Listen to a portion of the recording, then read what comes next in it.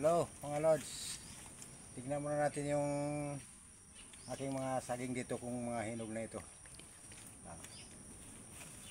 Kasi kung hinog na ito, dadali namin sa baba, ipapabili namin sa may mga talipapa para gagawin namin itong pira. Wow! Meron na naman kaming pambili ng mga isda.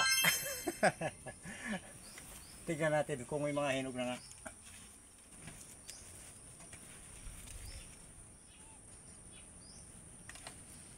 Ay, meron na nga. Oh my Pero, God. ay dami na nga hinog. Mga saging mga lods. Pero pasalamatan natin ang Panginoon kasi hindi tayo marunong maggawa ng saging. Yung Panginoon talaga yung naggawa ng saging. Kaya pinapasalamatan natin siya kasi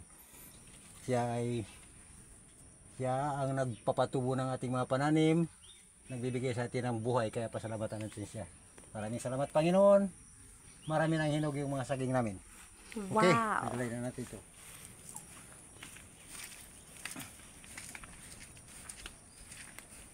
Mga hinog na nga oh.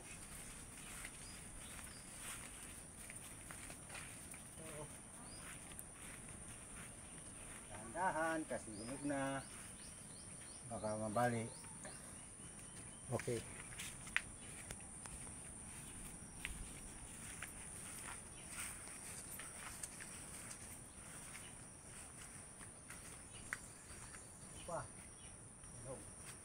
Ito mga naiiwan na ito, papahinugin na naman ito.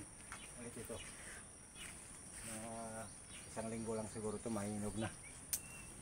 Yung naiiwan. Saka na naman natin gagawing pira yan. Okay, timbangin na natin ito. Para may pabinta na natin.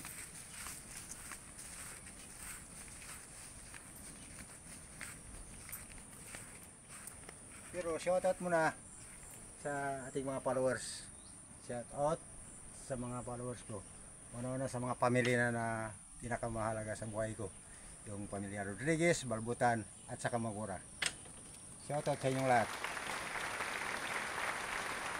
Huwag niyo rin kalimutan na like and share ating mga video.